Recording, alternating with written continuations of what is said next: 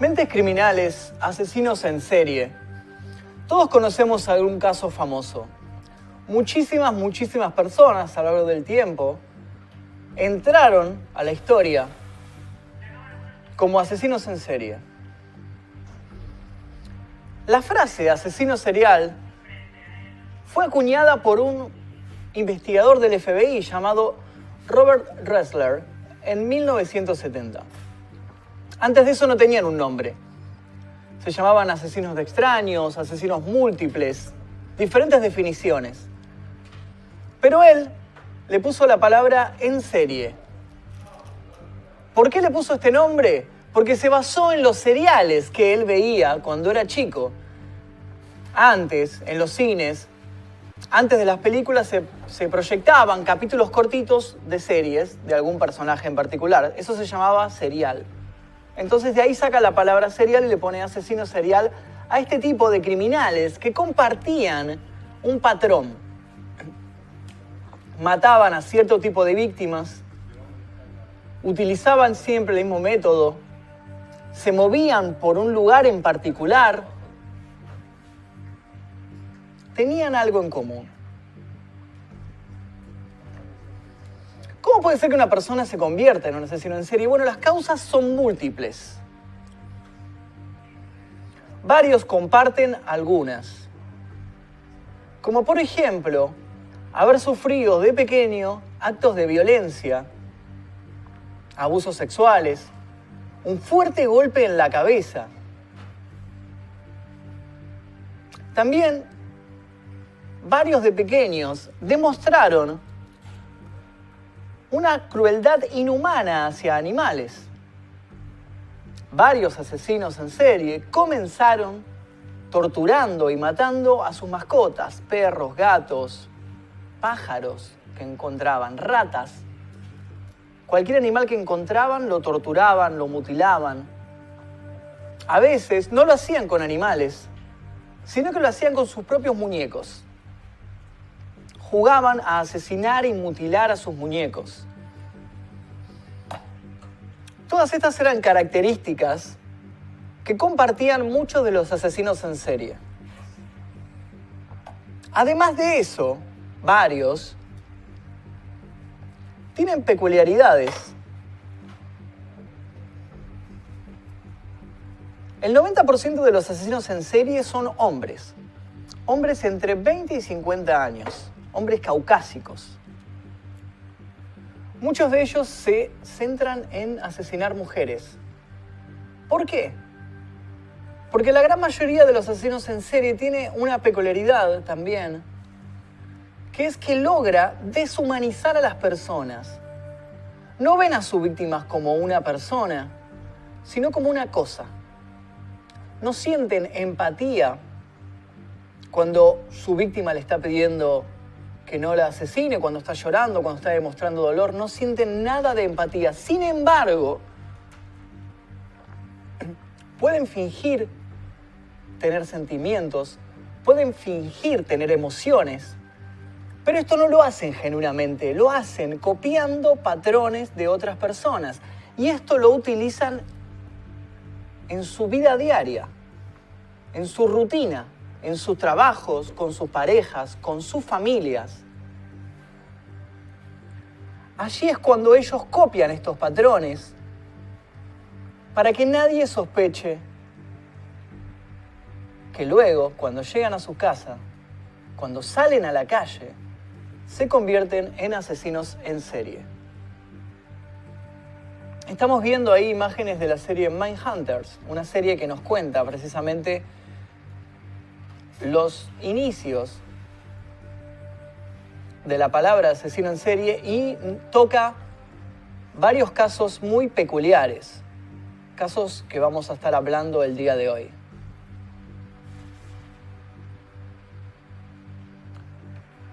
Algunos asesinos tienen varias motivaciones. La principal es demostrar poder. Quieren tener un poder que sobrepase al de su víctima. Quieren demostrar que la víctima está a su merced y que no va a poder hacer nada por impedir su asesinato. Otros responden a un impulso. Un impulso muchas veces de índole sexual. Muchos asesinos en serie consumen pornografía en cantidades inhumanas. Tienen como una obsesión con esto. Y eso es algo que vamos a hablar en un ratito cuando veamos el caso de Ted Bundy. Ted Bundy tiene un video, un testimonio en el cual él habla sobre su adicción a la pornografía. Muchos son los casos de asesinos en serie que pasaron a la posteridad. Hoy vamos a estar tocando algunos de estos casos, como el de Ted Bundy, que recién lo nombramos, como el caso de Ed Gein.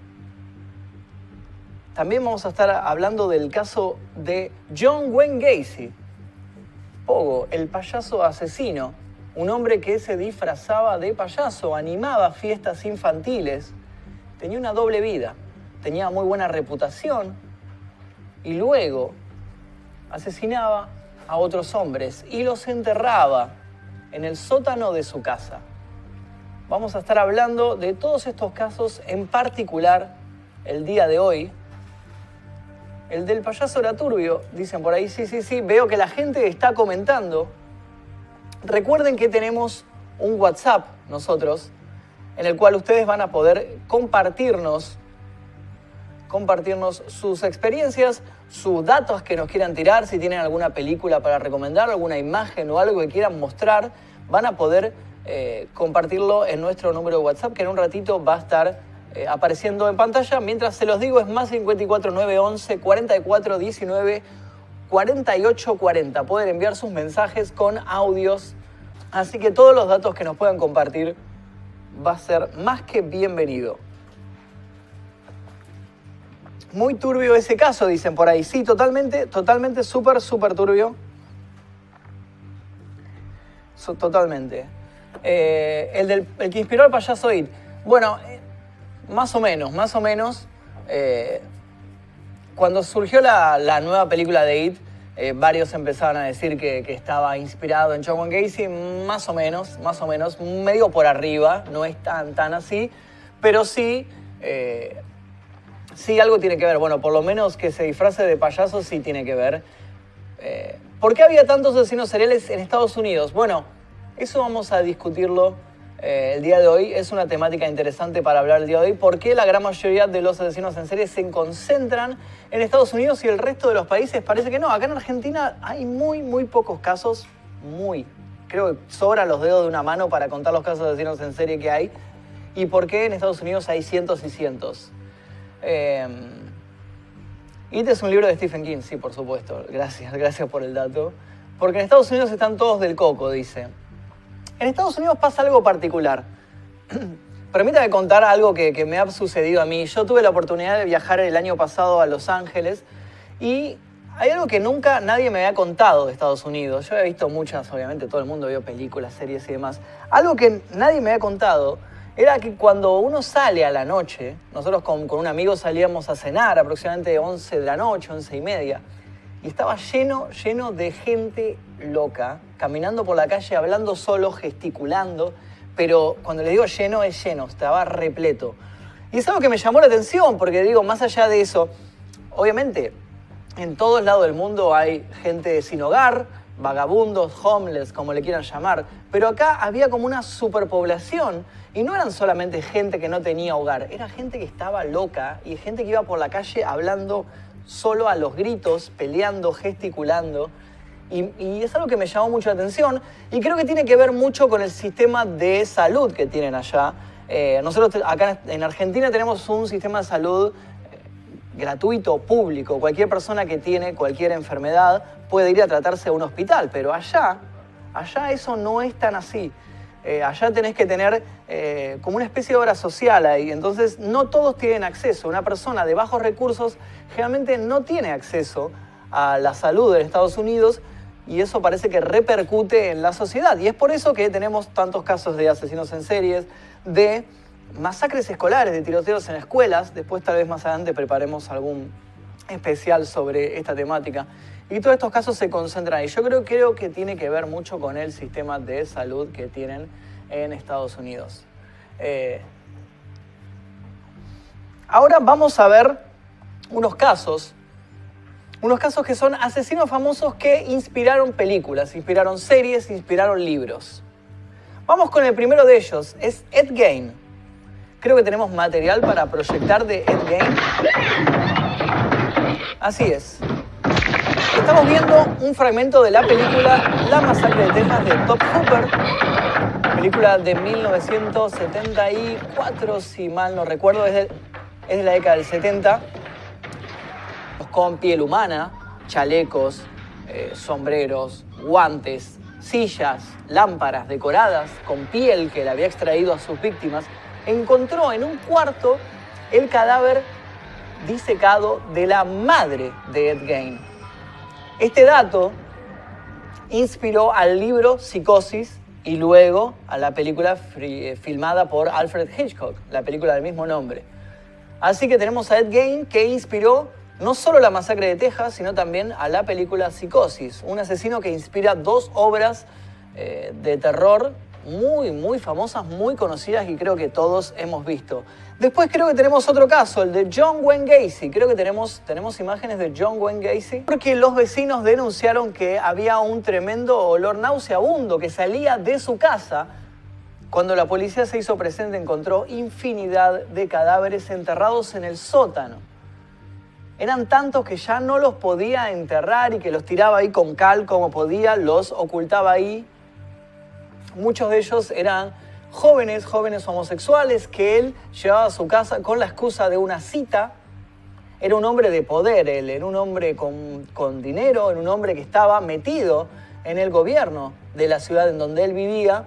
Era conocido, entonces le era fácil seducir a jóvenes con aspiraciones y con este pretexto los llevaba a su casa y los asesinaba y luego los enterraba en el sótano. John Wayne Gacy, Pogo, el payaso asesino, otro asesino famoso que inspiró esta película que estamos viendo y, como bien dijo la gente hace un rato, también a Pennywise, el payaso del libro de Stephen King, del libro It, y luego de las dos películas que se filmaron contando la historia de este payaso asesino. Y después tenemos otro caso más, Ted Bundy. Creo que tenemos imágenes de Ted Bundy, otro asesino famoso. Estamos viendo ahí imágenes de la última adaptación que se hizo al cine de este asesino, interpretado por Zac Efron en esta película. Ted Bundy fue un asesino, secuestrador y violador. Ted Bundy asesinó a 36 mujeres, aunque se cree que podría haber matado a 100.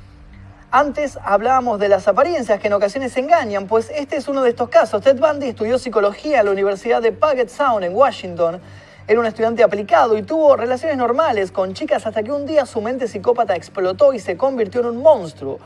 Su modus operandi era muy discreto, cargado de libros, fingía que estos se le caían y pedía ayuda a mujeres para recogerlos, consiguiendo así su confianza. Una vez entablada una conversación, acercaba a las chicas lo suficiente a su coche, donde las golpeaba y secuestraba. Fue condenado a muerte y murió en la silla eléctrica el 24 de enero de 1989. Ted Bundy es la película sobre su trayectoria. Su historia también inspiró American Psycho. He estado viendo imágenes ahí de, como les digo, la última película que se hizo sobre este personaje en particular, Ted Bundy, interpretado por Zac Efron.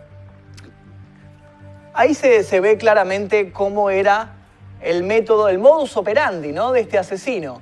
Él era un hombre apuesto, era un hombre que no inspiraba desconfianza. No es que tenía cara de loco o lo veía si cruzaba de calle. Era un tipo perfectamente normal y tenía una facilidad para la seducción. Así que utilizaba esta facilidad para elegir a sus víctimas, para causar los crímenes y los asesinatos, disfrazado como un estudiante, con un yeso en un brazo, con libros en el otro, hacía que se le caían los libros y cuando las mujeres se acercaban a ayudar a esta persona, él las golpeaba, generalmente con un hierro, las metía dentro de su auto y luego las asesinaba y las descartaba en un bosque, que luego se encontró infinidad de cadáveres enterrados en ese bosque, y es al día de hoy que no se ha establecido cuál es el número exacto de crímenes cometidos por Ted Bundy, porque él al final nunca confesó cuántas exactamente fueron las mujeres que él asesinó. Es algo incierto. Les recomiendo muchísimo esta película, la última que se hizo, de Ted Bundy, interpretado por Zac Efron. Y también hay un documental en Netflix que complementa mucho lo que cuenta la película. La película es reducida, dura una hora y media, así que en una hora y media medio que no se puede contar. Pero si ves primero el documental y luego la película, está buenísimo porque entendés todo perfectamente. La historia de este asesino, de Ted Bundy, este asesino en particular. Pero yo no voy a estar solo el día de hoy, estoy viendo los comentarios de la gente.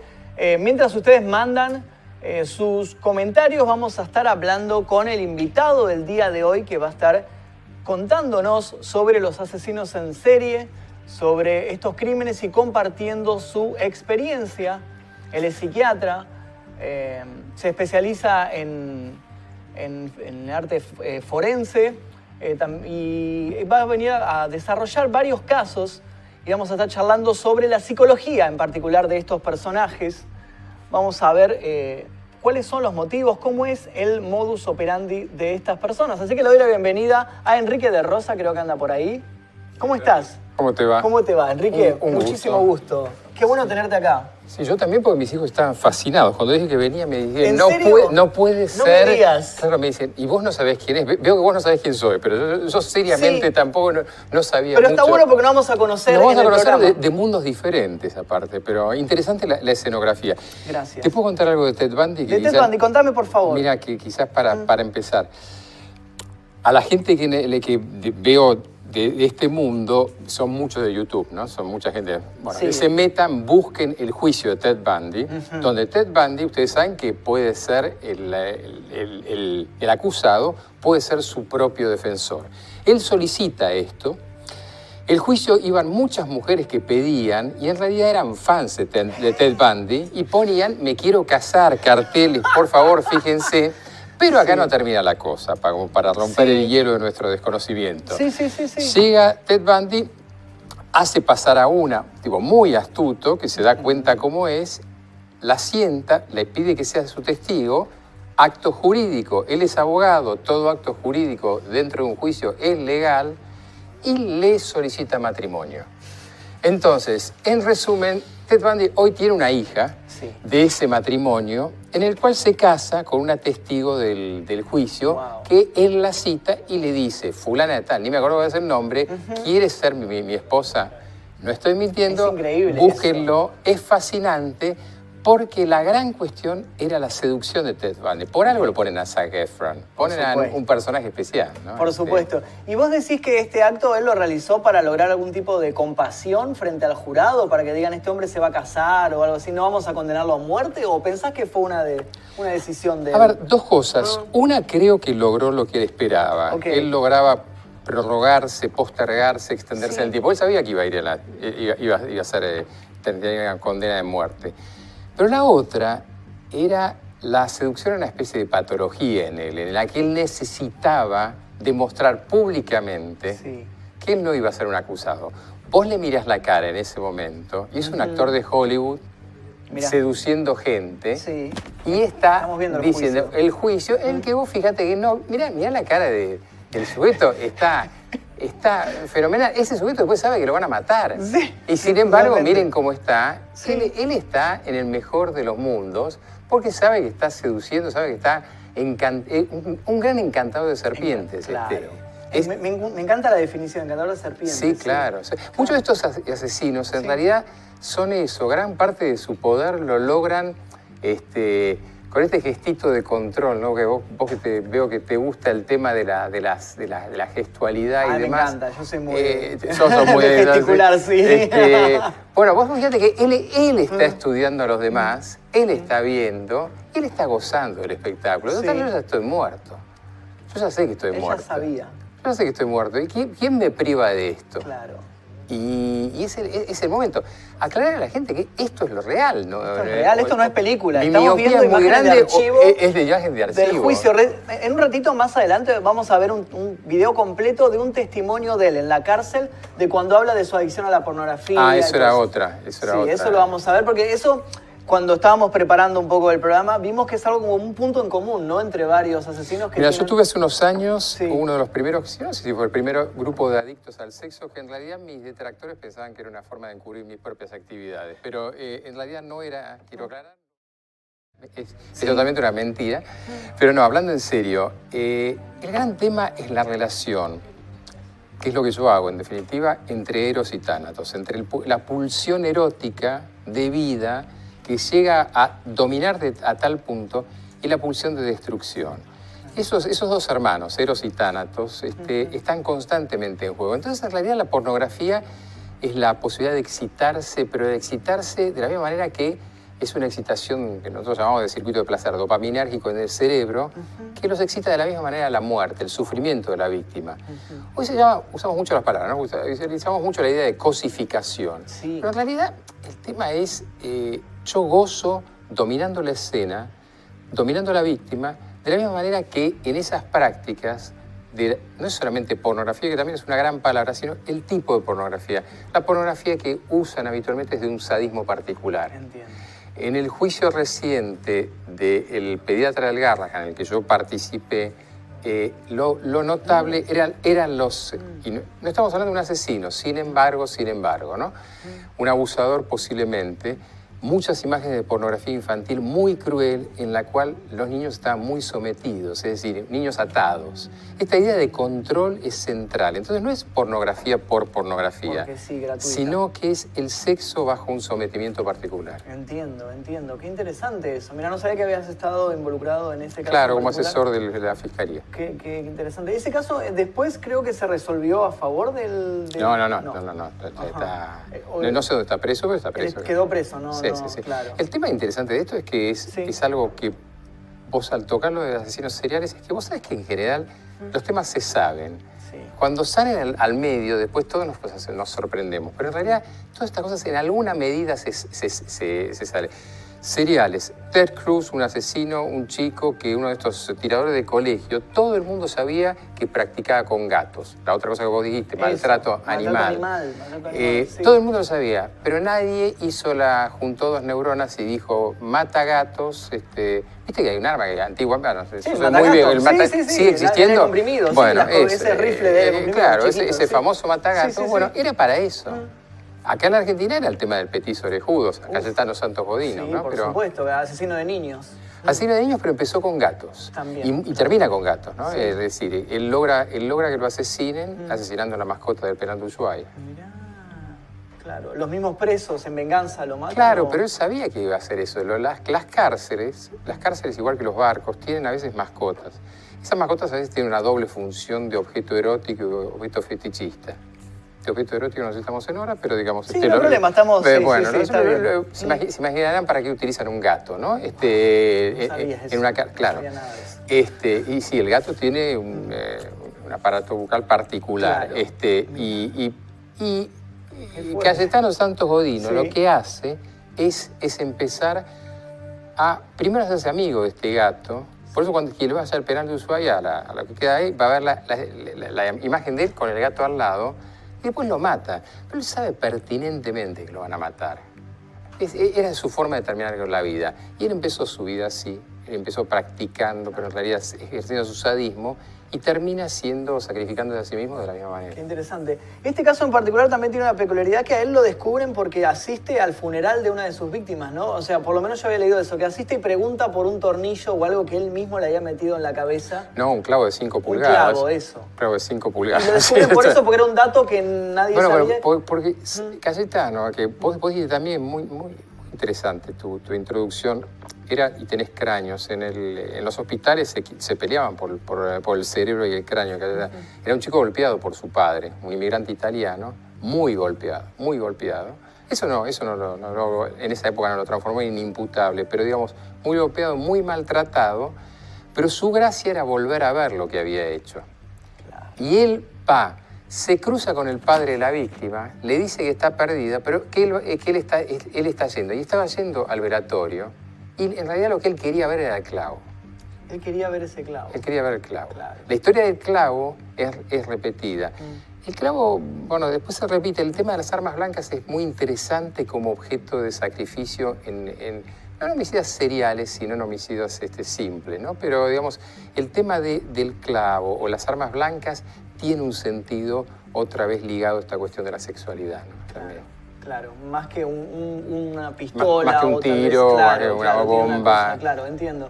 Qué interesante eso, mirá, no tenía ese dato del petiso orejudo. Muy bueno, claro. Estamos viendo por ahí, le cortaron las orejas porque pensaban que eso era la causa de su maldad. Bueno, eso tiene... es fabulosa esa historia. Sí. La historia era que en esa época era totalmente lombrosiana la cuestión. Lombrosiana por César el Lombroso, era un personaje, había dicho, trataba de encontrar la tipología criminal, ¿no? Entonces, vos ahora tenés una especie de barba candado. Yo a los 20 y pico de años tenía una barba candado, tengo ojos claros y había una película que tenía, el personaje era ojos claros, barba candado, era el demonio. Y un paciente en el psiquiátrico me escupe diciendo, llegó el demonio. Llegó el demonio. Es decir, la imagen impacta. En esa época, los pabellones auriculares, las orejas, hacían suponer que esa era la tipología criminal. Claro. Como éramos muy inteligentes en esa época, suponíamos que arreglándole las orejas íbamos a cambiar la tipología criminal y se iba a curar. Obviamente lo único que hicieron fue acercarle los pabellones auriculares. Claro, le hicieron una cirugía estética nada más. Una estética que quedó igual de feo, pero con orejas achatadas. Con orejas plegadas, claro. Pero se creía eso. Se creía eso, que la imagen tenía influencia sobre su psicología. Que la imagen, lo grandioso es que pensaban que podía ser reversible. Claro. Interesantemente, yo no quiero entrar en un tema que no es del programa, pero esto ya Charles Darwin lo hizo con nuestros indios. Les dio ropa cuando pasa acá con el Beagle y los indios se lo ponen y es por eso que las fotos de los tehuelches y todo demás se los ve con bombín y galera, porque era lo que les dejó Darwin pasando. Claro, mirá. Esta idea de que lo externo te transformaba tu psiquismo era la idea de la época, ¿no? Claro, era como tenía un nombre, frenología, puede ser. Lo del cerebro, de frenología. Es decir, las zonas del cráneo, está más interesante, las zonas del cráneo tenían que ver con justamente cada zona. Si vos tenías arcos superciliares, la cámara es esa, ¿no? Arcos superciliares grandes, podía tener que ver con cierto tipo de hombre primitivo y demás. Bueno, Cayetano tenía un cerebro muy pequeño. ¿Muy pequeño? ¿Tenía algún tipo de retraso mental él o...? Y él, un chico golpeado múltiplemente, desnutrido y demás, tiene algo que, bueno, que nos llama la atención. Le pedimos juicio moral a chicos que no han tenido crecimiento cerebral. Le decimos, ¿cómo puede ser con un chico que se forma de alguna manera el juicio moral hasta cierta edad, después de lo cual vos le podés dar vida de comer, pero ese chico no tiene crecimiento pondoestatural, estatura, pero tampoco tiene crecimiento cerebral. Claro. Entonces hay cosas que llegaron hasta ahí. Bueno, claro. Cayetano fue uno de esos. Yo también, uno de los puntos que encontré cuando armaba la intro del día de hoy era que muchos tienen en común, de pequeños habían tenido cierto tipo de maltrato, ya sea físico o sexual. Sí. Eso es un punto muy en común, ¿no? Es un punto muy en común y por eso a mí me pone loco cuando la gente cree que la historia es mandar a la gente a la cárcel para que los maltraten. ¿Viste ahora con los rugbyers? Sí, se está hablando mucho de que la violación los va a corregir.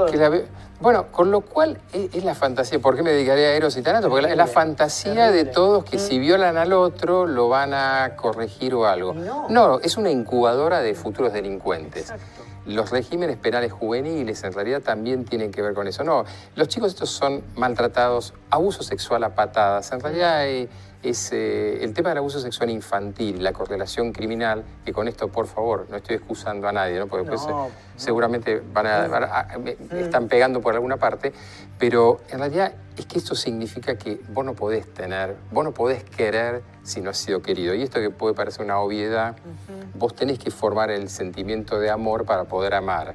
Y si lo que recibiste fue simplemente maltrato, humillación y demás, te adaptás a eso. Claro, es decir, el asesino no es un extraterrestre. El asesino es un adaptado en general a su medio. Y se adaptó como la forma de sobrevivir. Como pudo. Claro. Creo que tenemos un audio de una persona que mandó un audio por WhatsApp. A ver, ¿lo podemos escuchar? Si tenemos alguna pregunta o algo para Enrique. Si además de esto que se han golpeado, todo eso, si el tema de que los padres no estén, porque los padres no le den bola al pibe, también puede generar que sean violentos y todo eso. Sí, acá Bueno, se cortó un poco el audio, pero sí, acabamos de hablar de eso. Pero no solamente eso, con esto lo estoy haciendo propaganda a mi Instagram, pero hoy publiqué una imagen, porque gracias. Ahí va a aparecer, seguro, ¿no? No, hay que darlo, pero digo, ¿a qué voy? Que hay un sujeto diciéndole al hijo, ¿qué fue lo que hicimos mal? Y en la celda de al lado le dice, acá estoy, papá. En realidad, en general, la ausencia de imagen paterna, hoy que estamos tanto pensando que es la ausencia de límites, la ausencia de estructura. Ahora, si el padre encima es un Cronos, el dios griego que se devoraba a sus hijos, eso es mucho peor, porque vos aprendés a rebelarte contra la norma y a tratar de destruir a la norma. Es decir, ya el límite pasa a ser no solamente algo a lo cual no incorporás, no introyectás, sino que haces lo imposible por destruirlo. Por eso, a ver, violencia de género, cuando le ponen la perimetral, muchos sujetos lo que están buscando es la perimetral para saltarla, para sobrepasarla. O sea, buscan el límite para romperlo. Necesitan del límite para romperlo. Claro. Entonces, a veces hay un error en eso. Y como dice, bueno, como te llames, pero digamos, efectivamente es así. La ausencia paterna es crucial. Es crucial. Perfecto. Tenemos por ahí el video, tenemos un testimonio de Ted Bundy, por ahí lo tenemos preparado. Ahí va.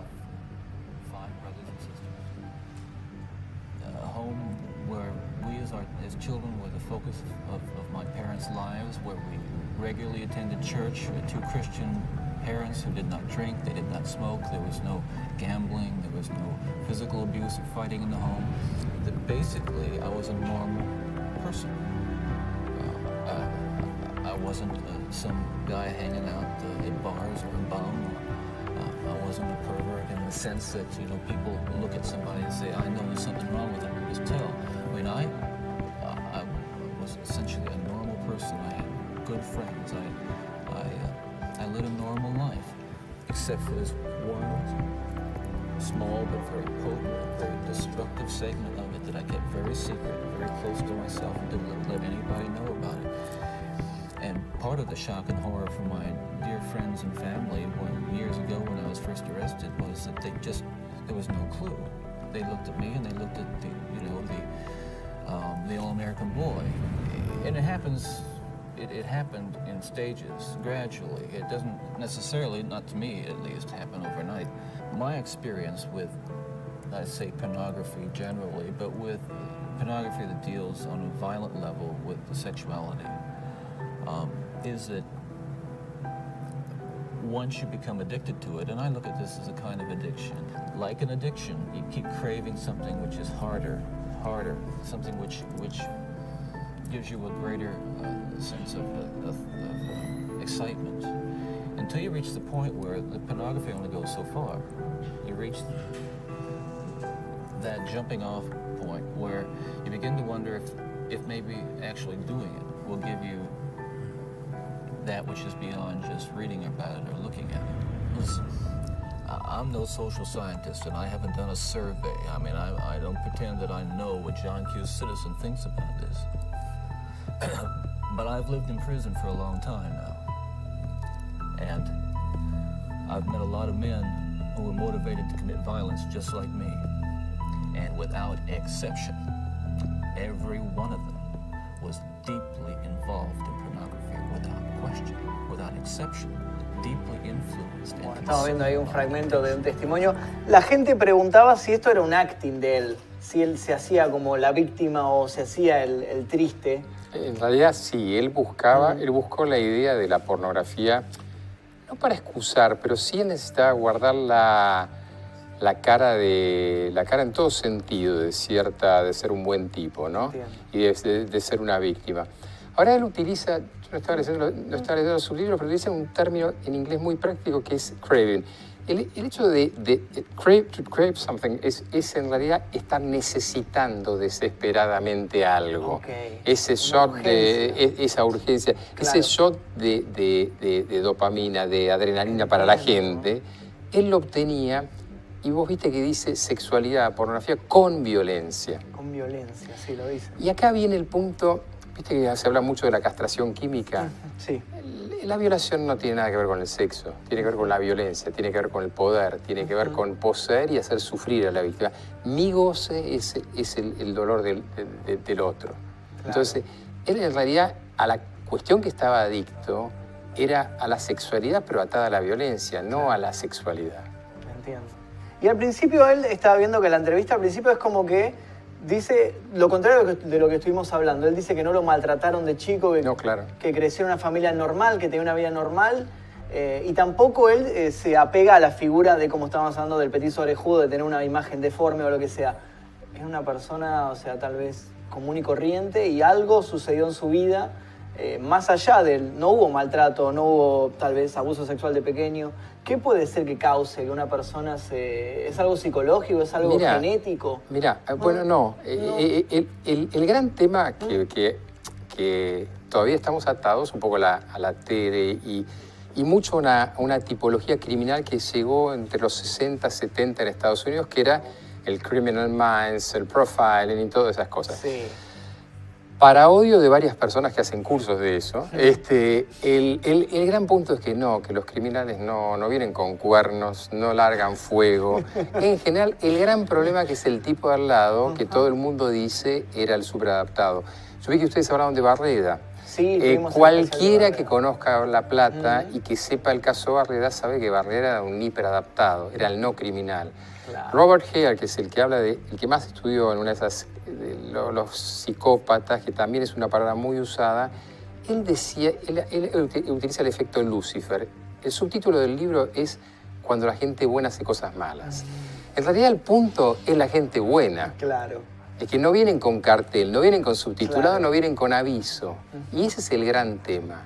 De hecho, vos decías en Occidente, no, en Oriente, en los países musulmanes hay mucha preparación de asesinos que no son seriales, sino son múltiples, tipo con la bomba.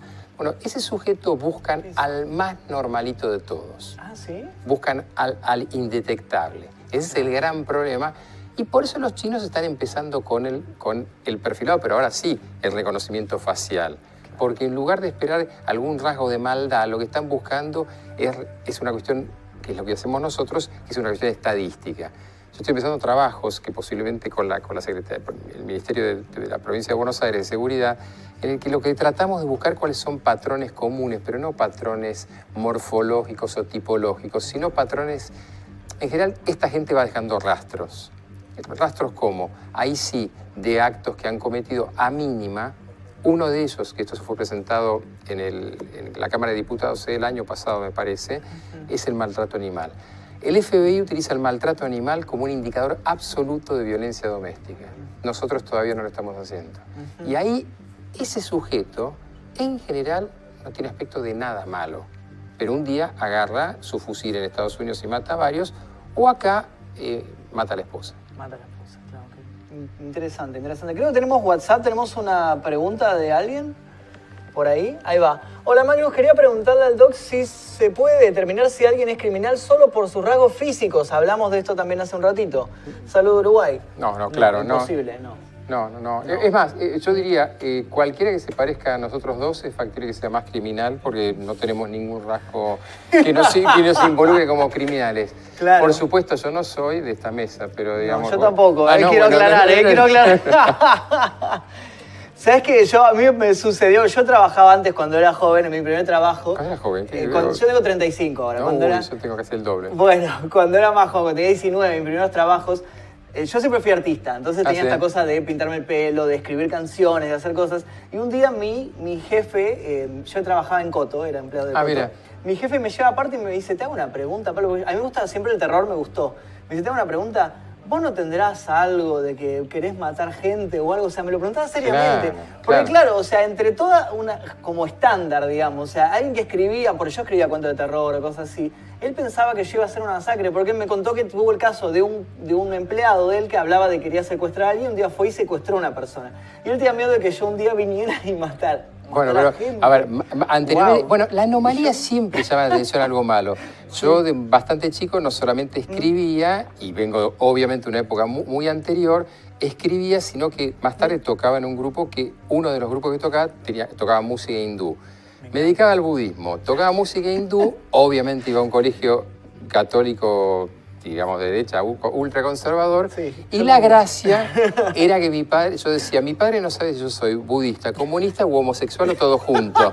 Entonces, en realidad, lo raro invitaba a la anomalía, ¿no? Claro. Entonces, pero siempre fue, no, no es así. Ojalá fuese tan fácil. Ojalá, es que eso me llama la atención. Ojalá el sujeto raro de Coto fuese... Fue ese el asesino. Claro. Por ahí era el otro, por ahí era el callado, el cajero que era el que nunca llegaba tarde. Y el Ted Bundy, aparte, sí hay una cosa. Él te está hablando de una familia hipernormal, pero con muchos límites. No hacíamos esto, no hacíamos... Lo que te está contando es que no podía hacer nada. Claro. Y después hizo todo. Saltó todos los límites. Claro, como eso, miren, no hicimos esto, no hicimos esto. Fantástico, qué buena educación que tuviste, no pudiste hacer nada. Nada. Entonces, y después te dedicaste a hacer todo. Claro, interesante. Eso sí es un indicador. Eso es claro, él lo estaba diciendo. Tal vez entre líneas decía eso. Es lo que estaba diciendo y pidiendo, es decir, un sujeto... Vos fíjate si él describe una estructura familiar en el cual su histrionismo no tenía lugar. Él no está diciendo papá era, qué sé yo, fotógrafo, mamá era artista de teatro. No, era todo así.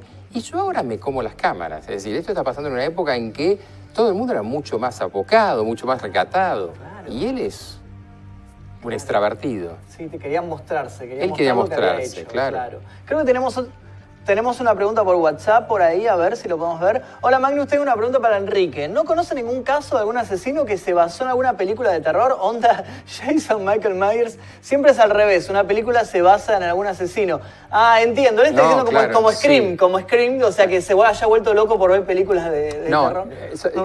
El nombre era, no me acuerdo, pero... No aparecía el nombre.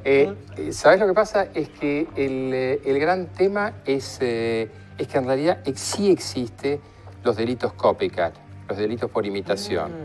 Y eso sí es un peligro. Y sí hay sujetos que toman elementos de películas para repetir patrones que han visto en películas. Wow.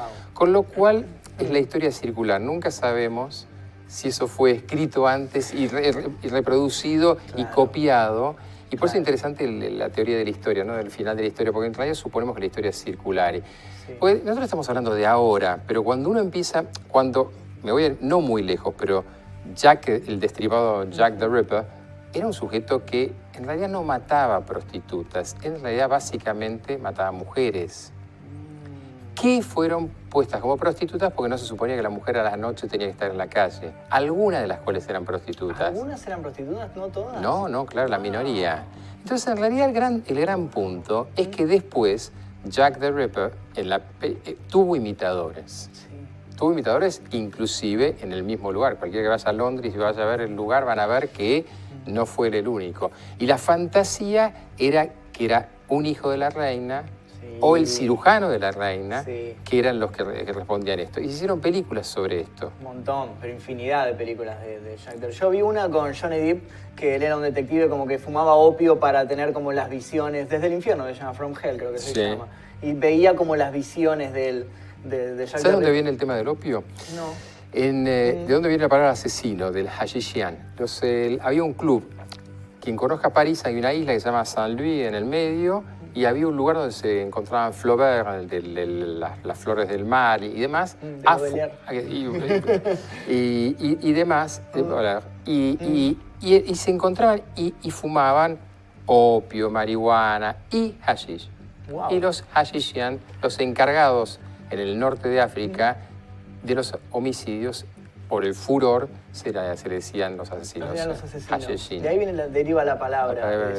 Mirá, interesante eso, ¿no? No tenía ese dato de... ¿Y se puede decir que Jack the Ripper fue el primer asesino en serie, o por lo menos el primero documentado? ¿O existen documentos de anteriores? O sea, asesinos existen desde que el mundo es mundo, pero... No, en realidad Francia tiene una historia. El famoso Barba Azul era Gilles de Rais. Gilles de Rais era un educador, era el mejor comandante de Juana de Arco, de Jeanne d'Arc, y en realidad era un educador que juntaba chicos, no para solamente como hoy tenemos clérigos y demás que lo hacen, para sodomizarlos, sino para asesinarlos. En realidad, cuando hablamos de los casos actuales, se supone que Gilles de Rais habría tenido entre 300 y 500 casos. Esto ocurre en la época de Juana de Arco, que era eso, 1400, 1500. Sí, 1500 aproximadamente. Claro, estamos hablando de una época en donde las reglas eran completamente diferentes, en donde no existía un investigador, no existía la figura no había nada. Y hemos visto un montón de series de que los terratenientes, de que los caballeros, lo que sea, hacían lo que querían con sus súbditos, digamos. Nadie controlaba nada, los reyes. No, y de hecho, bueno, en la infancia el sacrificio, la palabra víctima en realidad viene, o la palabra hostia cuando vamos a la iglesia, quiere decir la víctima sacrificial. Hostia quiere decir la pequeña, víctima quiere decir la grande. Y en realidad esos habitualmente eran chicos. Así que vaya a saber si eso no los meteríamos como asesinos rituales o asesinos múltiples, pero Giger y varios más fueron los que, claro, tal vez documentados. Documentados, y luego ya más en la época moderna nos acercamos, como Jack the Ripper fue como más...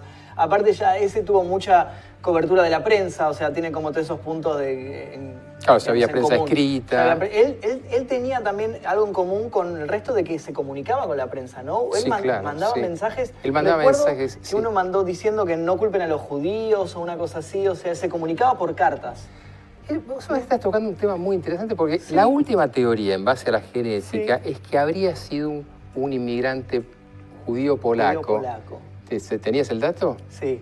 Y que es muy factible que lo que él buscaba es no estigmatizar esto. No que era un retrasado, no que era el hijo de la reina, sino que los datos que se han obtenido por cuestiones genéticas indican eso. Ese es el último dato del año pasado. Del año pasado que Yo recuerdo cuando vi el caso de Jack el Destripador que uno de los datos que encontré es que él envió en un momento... O escribió, escribió en una pared, no culpen a los judíos. No culpen a los judíos. Pero claro, digo, o sea, cuando pone no culpen a los judíos es como culpen a los judíos, tipo, es como lo está haciendo como, por ahí visibiliza más, es como la persona que no había pensado hasta ese punto que era un judío, cuando lee eso piensa que es un judío. Digo, ¿por qué los defendería? ¿Por qué se concentraría justamente en que la persona no piense en eso, que es un judío el culpable? También hay que pensar cómo era la lógica de la investigación criminal en esa época. Cualquiera que le interese leer los libros de Conan Doyle, de Sherlock Holmes, en realidad es la lógica médica la que estamos empleando hoy de investigaciones en la metodología científica. Pero en ese momento era todo novedoso, era prácticamente recolectar cadáveres y no hacerse muchas preguntas. Claro. Entonces, hay que ver cómo funcionaba. Hay libros sobre historia y criminalidad que... ¿Por qué es fascinante el crimen? Porque marca la lógica cultural de una época. Y entonces, de alguna manera, esto que estás diciendo me deja pensando qué habrá pensado, para qué habrá hecho eso, ¿no? ¿Por qué haría Vas a saber, porque lo leemos ahora, tenemos una lectura, vas a saber lo que en ese momento sería. En ese momento, claro, sí, muy interesante. Y bueno, y al fin y al cabo jamás se resolvió ese caso. Es uno de los tantos casos que quedó inconcluso ahí. La Argentina de esa época, no se resolvía nada. No se resolvía nada. Ningún crimen. Claro. Y otro punto que tocamos también en un momento que la gente preguntaba es por qué en Estados Unidos hay tantos casos famosos de asesinos en serie. Por ejemplo, acá en Argentina no hay tantos. Porque el crimen, como decía antes, tiene una modalidad cultural. Pero también esa cultural tiene una modalidad de imitación, del copycat. El efecto Wanda Tadei, ¿qué es? Nosotros estuvimos en sede judicial, yo estuve en asesoría en capitales del Cuerpo Médico Forense, en provincias son las asesorías periciales. Tuvimos de un año de tener uno nada más, todos los años anteriores una mujer quemada, pasar al año siguiente inmediatamente 6. Entonces, en realidad, la modalidad criminal tiene mucho que ver con patrones culturales. En Estados Unidos el tema de la matanza masiva en un país que tiene como derecho constitucional la defensa con armas y la defensa del país, es muy habitual que el sujeto lógicamente trate de integrarse. Uno de los casos últimos, dos casos de los últimos tiradores de chicos de universidades son extranjeros instalados, o primera generación de extranjeros, pero extranjeros de familia al fin. Pero uno se pregunta si no ha sido también una forma de incorporarse a la cultura. Es decir, el crimen también es una forma de incorporarse a la cultura. Entonces, ¿por qué tratamos de cambiar los sistemas carcelarios? Y porque dan esta cultura que a nosotros desde afuera nos parece fascinante, pero cuando en algún momento salen, hemos criado una cultura. Entiendo. Creo que tenemos un mensaje de WhatsApp por ahí. A ver, ¿tenemos alguna consulta para Enrique? Sí. Hola, Enrique Magnus, están hablando de asesinos, pero hay casos de mujeres asesinas. ¿Y cómo sería en ese caso el patrón de la conducta? Gracias, saludos, Agustina, dice. Claro, sí, hubo una serie, de hecho. Acá. Sí, bueno, aquí ¿quién se va a olvidar de Gilla Murano, no? Gilla Murano, sí. La envenenadora de Montserrat. Sí. Bueno, esa es una, pero hay múltiples, Lo que pasa es que, bueno, sí proporcionalmente es menos. Y en realidad la modalidad criminal también tiene que ver. El caso, supongo lo habrás contado, el caso de Gilla Murano envenena a sus amigas por deudas de dinero, en realidad, básicamente. No las envenena por el goce. Tenía que ir tapando cuestiones y las termina envenenando. Fue una cuestión más práctica que... Fue una cuestión práctica. Sí, fue una cuestión práctica, tenía que, no absolutamente. Un patrón psicológico. Pero para contarle a tu audiencia, seguramente lo contaste, cuando queda liberada va al programa de Mirta Legrand. ¿Eso lo contaste? No, eso no lo conté, no. ¿Lo cuento yo? Contalo, por favor, adelante. Mirta Legrand le invita, ella que va a llevar masas. Me muero. Y le lleva, búsquelo también en YouTube. ¿Y qué trae? Termina, yo he ido 2 o 3 veces al programa de Mirta Legrand hacía una mesa de café después. Gilla Murano saca la cosa y dice, y acá traje Mirta para usted. Es terrible. Claro, pero te pinta el personaje, es decir, ¿qué hacemos los neuróticos? Nos tapamos, nos escondemos. No, estos personajes, Ted Bundy, Gilla Murano, tratan de mostrarse. De hacer todo un show. Luis Vitete, que no es un asesino, pero el ladrón del banco de Acasuso, trata constantemente, yo lo tuve en un programa de radio, trata de contarte cómo es vivo. Es decir, esta cuestión del goce por haber logrado hacer algo es también lo que les da relevancia en la cárcel. Barreda tenía estampitas en la cárcel y era Sam Barreda y era victoriado por todos en la cárcel. Hemos mostrado eso. Lo mostramos. Sí, las estampitas las mostramos. Terrible. Era entrar a la cárcel y era fenomenal. Claro, lo adoraban, digamos. Y vos pasás por lo que era la casa clínica y demás, y aún hay vecinos que te dicen, no, el doctor era una muy buena persona. Claro, terrible. Tenemos un audio para escuchar de WhatsApp, a ver. Tenemos una... Hola, buenísimo programa. Me gustaría saber qué piensa acerca de que, bueno, se está comentando de que los videojuegos pueden volver violenta a la gente. ¿Qué opinión tiene sobre eso? Bueno, hemos tocado el tema de películas, series y el tema de videojuegos. Si los videojuegos pueden influenciar a una persona a cometer crímenes. Hay estudios hechos sobre el tema y lo que pasa es que son incidencias lineales. ¿Qué quiere decir esto? En la criminología uno le presta atención a datos, pero esos datos tienen que ser multifactoriales. El tema que estamos estudiando hoy de la violencia es tratar de juntar varias cuestiones, pero la realidad es que sí, en realidad uno se va desensibilizando a la violencia. El tema de los rugbyers ahora en parte ilustra eso. La violencia en el rugby en algún momento no es que el rugby genera asesinos, pero sí desensibilizan respecto al sufrimiento del otro. En los juegos, en la televisión, está bastante estudiado que las horas de exposición son casi directamente proporcionales a niveles de violencia. Que la cometan o no son los frenos, pero digamos que los niveles estén es otra cosa. Y hablando un poco del tema de los rugbyers, ¿puede tener que ver la cultura que ellos recibieron dentro del deporte, de cómo fueron preparados para afrontar este deporte, que es un deporte en sí que se basa mucho en golpes, además en contacto físico? ¿Puede tener que ver esto? A Fernando Báez, yo tuve la oportunidad de estar entrevistándome con los padres el otro martes. Es muy impresionante porque a Fernando Báez, la forma en que lo patean en el piso, el tipo de lesiones, el tipo de impacto, cómo salen ellos del lugar, es que realmente era una cosificación. Es decir, era un juego que había que destruir al otro. Y vamos a decir, no, pero pará, ¿no te das cuenta que están matando? Sí se dan cuenta, el Código Penal tiene un artículo, el 34, que uno es consciente de sus actos, comprende y dirige. Sí se dan cuenta en ese sentido. Ahora no tienen conciencia moral. Por eso los psiquiatras alemanes hablaban de locura moral. La primera definición de psicopatía era locos morales. Era el sujeto que no tenía déficits intelectuales, pero moralmente no tenía ninguna. ¿Moralmente qué significa? La empatía. La empatía. Es decir, yo estoy contento y agradecido por estar acá. Eso significa que espero que al final la gente le guste esto. ¿Qué significa? Que vos incorporás al otro. Ahora, cuando el otro es un objeto de tu necesidad, puede ser una cosa. Y en algún punto es lo que queremos y creemos que hay que hacer con la UAR, la Asociación Argentina de Rugby, es empezar a tratar de hacer otra educación, porque el deporte en sí mismo no es eso. Claro. Muy interesante lo que estás hablando sobre, bueno, un caso muy cercano que nos toca ahora contemporáneo. Un caso sí, que está pasando todos los días. No tiene una resolución, aparte igualmente lo de los rugby, todavía estamos... ¿qué hay pensás que puede llegar a hay suceder? 4 que ya están identificados. Claro. En las ruedas de reconocimiento hay 4 identificados. Claro. Y a la hora de que tengan que afrontar una pena, ¿qué tipo de pena les podría llegar a tocar? Si la pena es que actuaron en conciencia, en grupo, los agravantes y demás, les tocaría a algunos perpetua.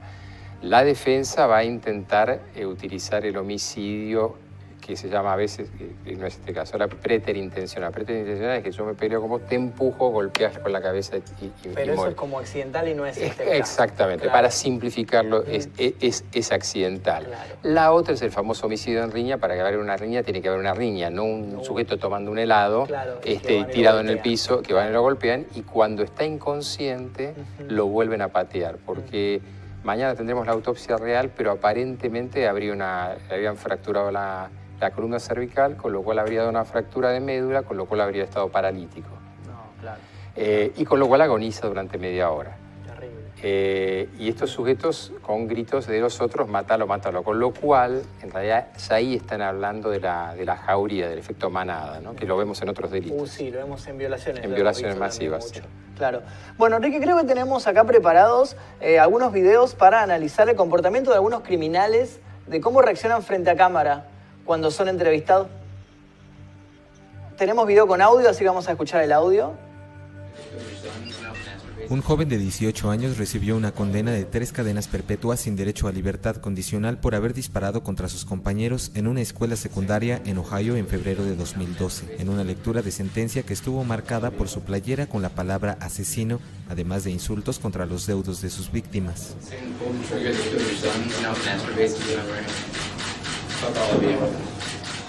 TJ Lane, ahora de 18 años, se rió sarcásticamente mientras le leían la sentencia luego de que se declarara culpable de asesinar a 3 alumnos de la escuela secundaria Chardon al este de Cleveland. Con actitud desafiante se desabotonó su camisa azul para lucir una playera con la palabra asesino que según el fiscal era similar a la que usó durante el tiroteo. Lane se declaró culpable en febrero a 3 acusaciones de homicidio con agravantes, 2 cargos de intento de homicidio con agravantes y un cargo de agresión criminal. El Universal Televisión.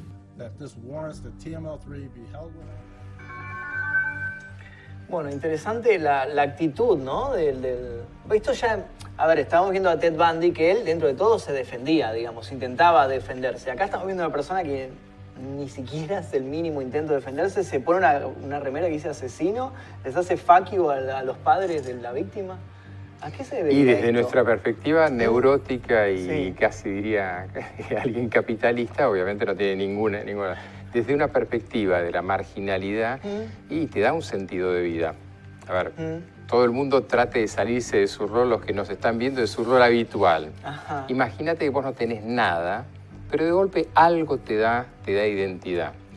La necesidad de trascendencia y de identidad es lo más fuerte que existe en la naturaleza humana. Entonces, ¿por qué aparecen? A mí la cosa más me impresionó hace muchos años cuando volví al país, o cuando vine al país en realidad, era en un programa de televisión en que me ponen Mauro Viale y yo veía gente que acababan de matar o violar a su hijo haciendo un show y muy animados en cámaras. ¿Qué es lo que hace que una persona frente a las cámaras, frente al espectáculo de un juicio y demás, haga esto? En realidad les da una trascendencia que no les ha dado su vida chata, su vida... Y lo único que él tiene es mostrarles que él, a pesar de todo, no solamente es malo, sino que es malísimo.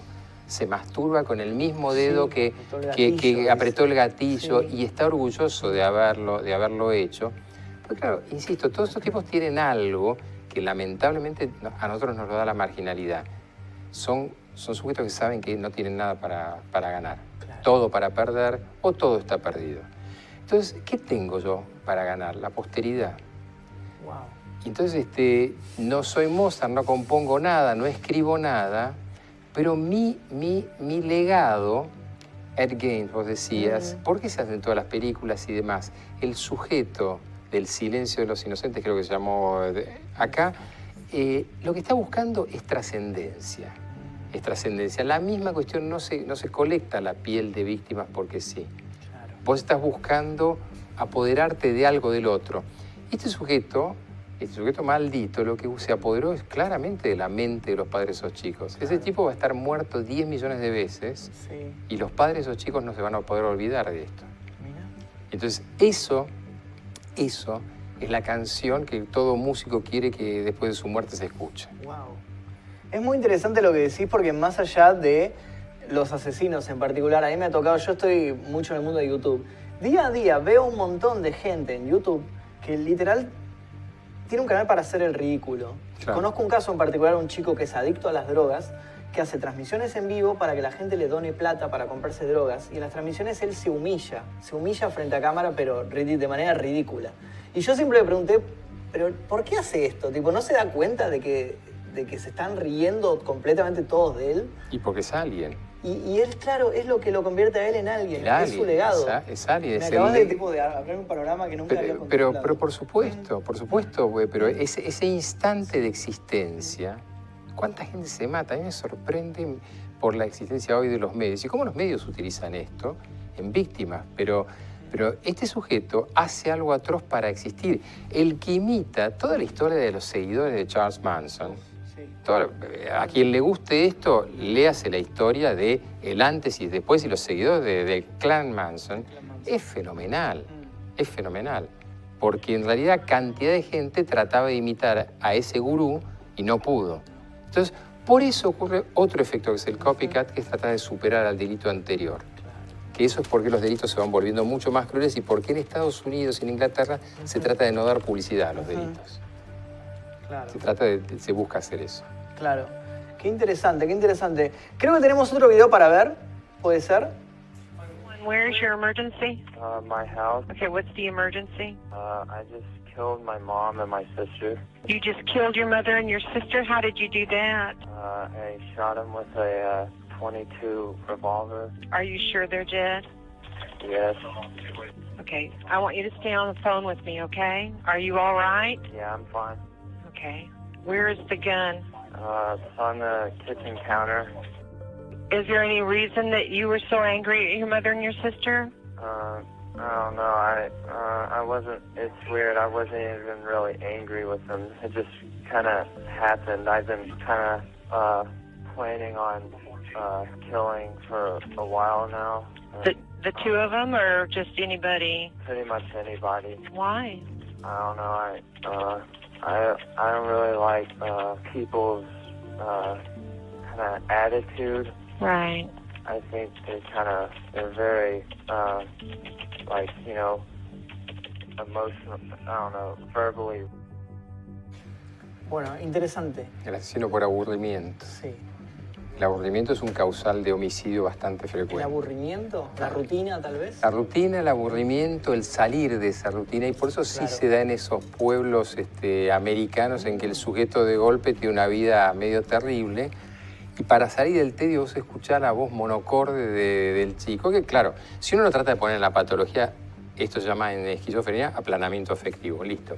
Okay. Y si no lo es, y si es simplemente un sujeto que su vida no tiene ninguna nota más alta ni más baja, por lo que hablábamos antes. Esto también se va, el sujeto que busca algo para no solamente cobrar notoriedad frente a los demás, sino darle algo a su vida, una vida que no tiene ninguna otra, no tiene otra cosa. Y eso es lo que lo lleva a confesar y llamar directamente y decir yo soy el asesino. Y claro, porque si no tiene ninguna. Yo mato 100 personas, las entierro, nadie se entera.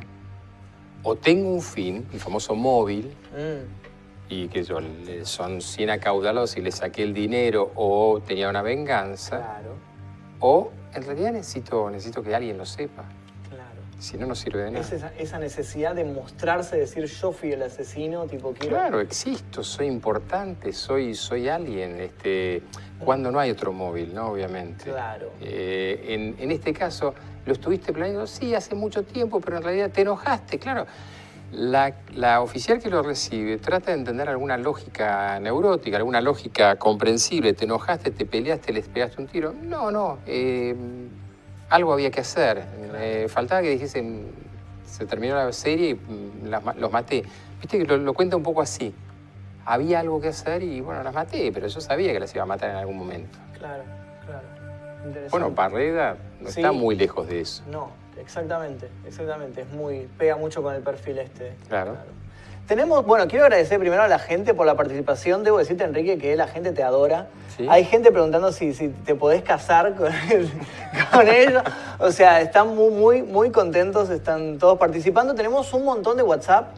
Ninguno es uno de mis hijos, ¿no? Porque Adoptame, Quique, dicen por ahí. No, pero no tengo dinero. Estoy conocido, pero no tengo dinero para adoptar.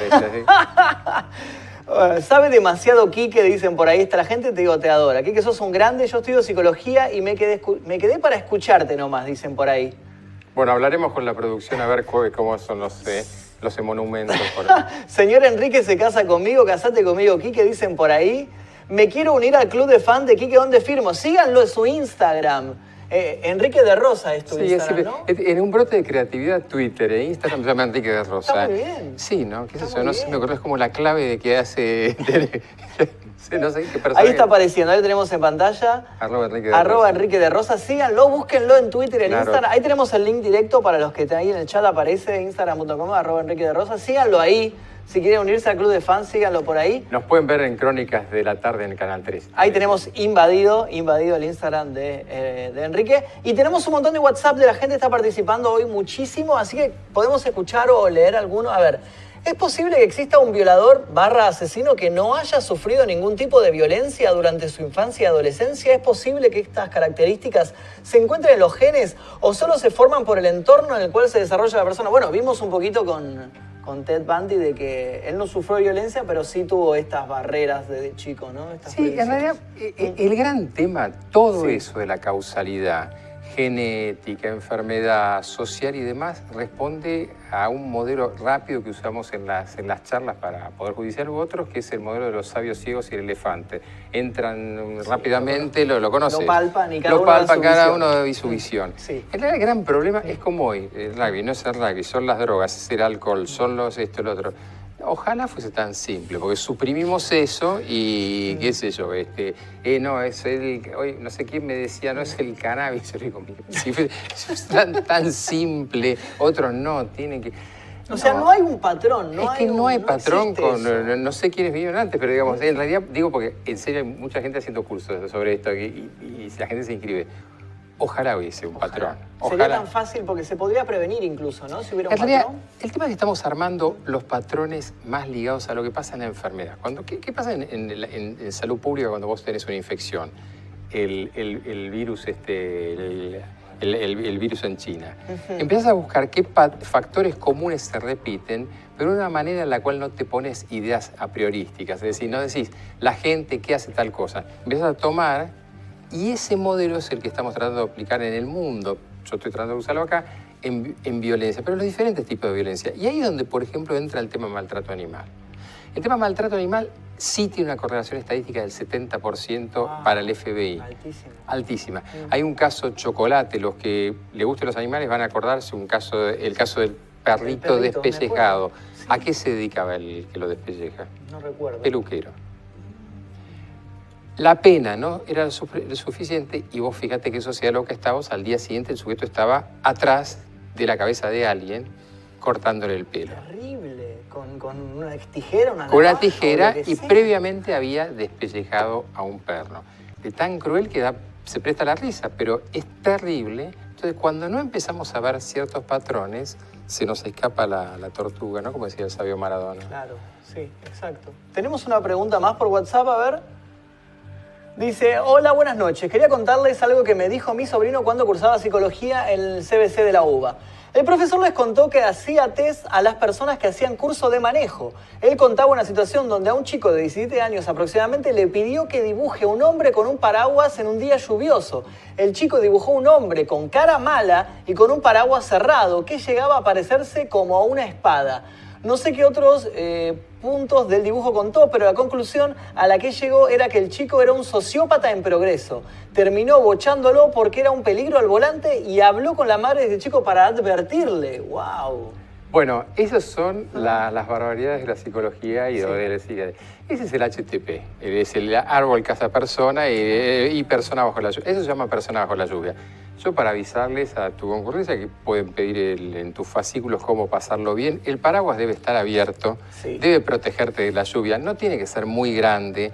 La lluvia de preferencia no debe ser ni vertical ni demasiado oblicua. Y por supuesto tenés que estar parado sobre un lugar.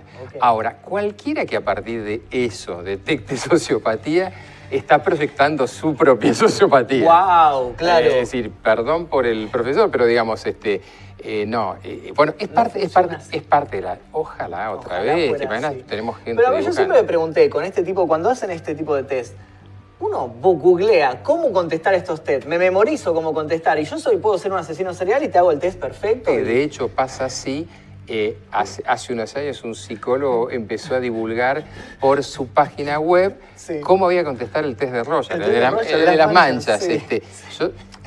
Yo ya venía medio fallado de entrada. En la primaria hice un programa en un colegio, tenemos gabinete psicopedagógico. Sabiendo cómo funcionaba, hice todo mal. La familia la hice toda dispersa. Sí, pero lo mejor del caso es que convencí a mis compañeros que lo hicieran todos mal. Era un curso de psicópatas. Éramos un curso de psicópatas y en realidad el punto era, es decir, se puede...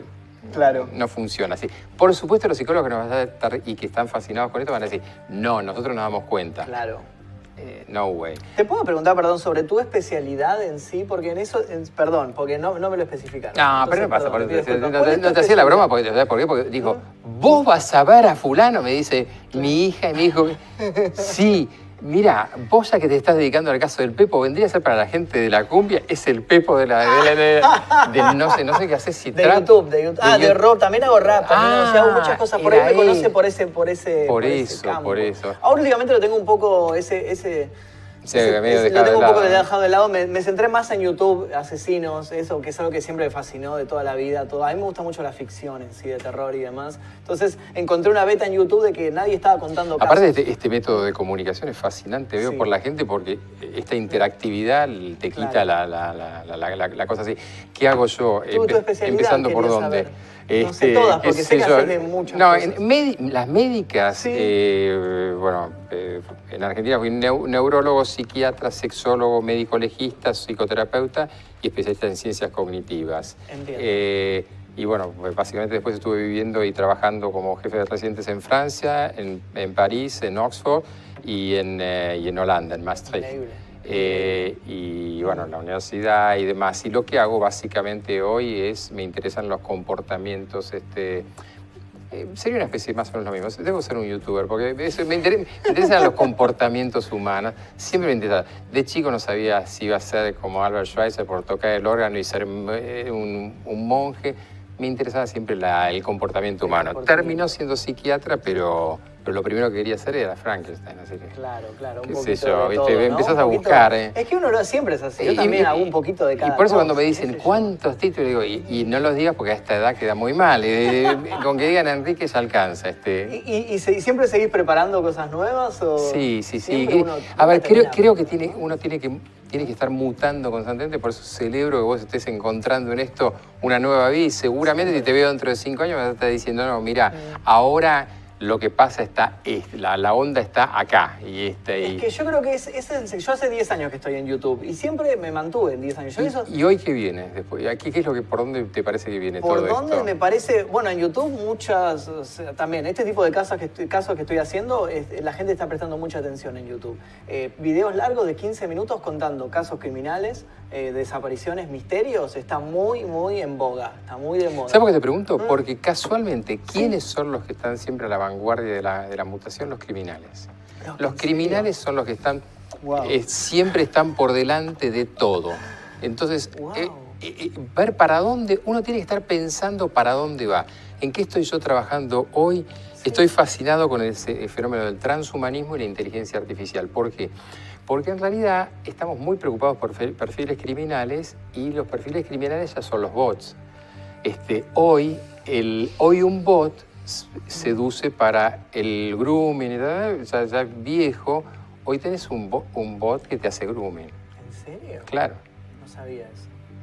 La gente está preparado para chatear. Sí, grooming es chatear con menores. Sí, pero sabes lo que es un bot. Digamos, es un robot muy bien preparado que no puedas distinguir que es una persona que te está contestando. Wow. ¿Por qué? Porque las redes, los anillos de pedófilos han entendido que justamente los bots son no identificables, pero son sobre todo no punibles. Terrible. Entonces, el delito siempre va por el... Y la otra es el tema del transhumanismo, en el cual, bueno, a cualquiera que le interese es muy interesante porque todo viene por ahí mucho más rápido. Y la inteligencia artificial ya está con nosotros, Google es eso. Sí. Sí, y yo he visto, bueno, a mí me gusta, yo sigo mucho en redes a la robot esta Sofía, la robot esta que habla, interactúa, a mí me fascina. Sí, por momentos es peligrosa, lo que dice. Me dice que es un horror, o sea, no la puede mirar, me dice, esto es terrible, este es el fin de los humanos, me dice. Es que ya lo va a hacer, decirle a tu novia que lea a Yusuf Harari. Yusuf Harari es un historiador, búsquenlo, es un historiador que está hace tiempo repitiendo sobre el tema del transhumanismo. La tesis de él es mucho más dramática, es o nos adaptamos o vamos a desaparecer. Wow. Yo lo que creo es que justamente tenemos que estar un poco más despiertos porque sí es cierto que hay las tecnologías de reconocimiento facial en China que decíamos antes, pero en economía la tecnología blockchain, que la gente tiene asociada solamente a la economía, en realidad es una forma de transmisión de datos y es aplicable al delito, es aplicable a cantidad de cosas. O empezamos a pensar que ya no es el perfilado criminal, y mucho menos las orejas, por así decirlo, o nos van a llevar puestos. Yo ya conozco gente que tiene inserto un chip no de localización, sino para todos. Y lo están vendiendo en el mundo como sabíamos que iban a venderlo, como algo muy favorable. Bueno, es muy favorable, pero también sos identificable, sos traceable, todos saben dónde estás, saben qué compras, a cualquiera haga la prueba, hable al lado del teléfono y va a encontrar que en el buscador aparece... Sí, eso lo he tocado en mi canal, es terrible. Cuando me empecé a dar cuenta de eso, de cualquier tema, cualquier producto que haga. Y los primeros que hacen eso son los criminales. Wow. Hay un libro muy interesante de Goodman que se llama Future Crimes, Crímenes del Futuro. Es muy interesante porque lo que dice es, todo lo que usted sabe hasta ahora no sirve. Empiezan a pensar cuáles son los delitos que van a venir. Este libro ya es viejo. Wow, claro. El libro es de 2015 y el autor ya es viejo. Hace 5 años. Interesante. Tenemos un mensaje para leer en WhatsApp para Enrique. A ver. Buenas noches, Magnus y doctor. ¿Por qué cree que a la gente le fascinan las historias de asesinos? Saludos. Interesante. Claro, bueno, pero puedo contestarlos.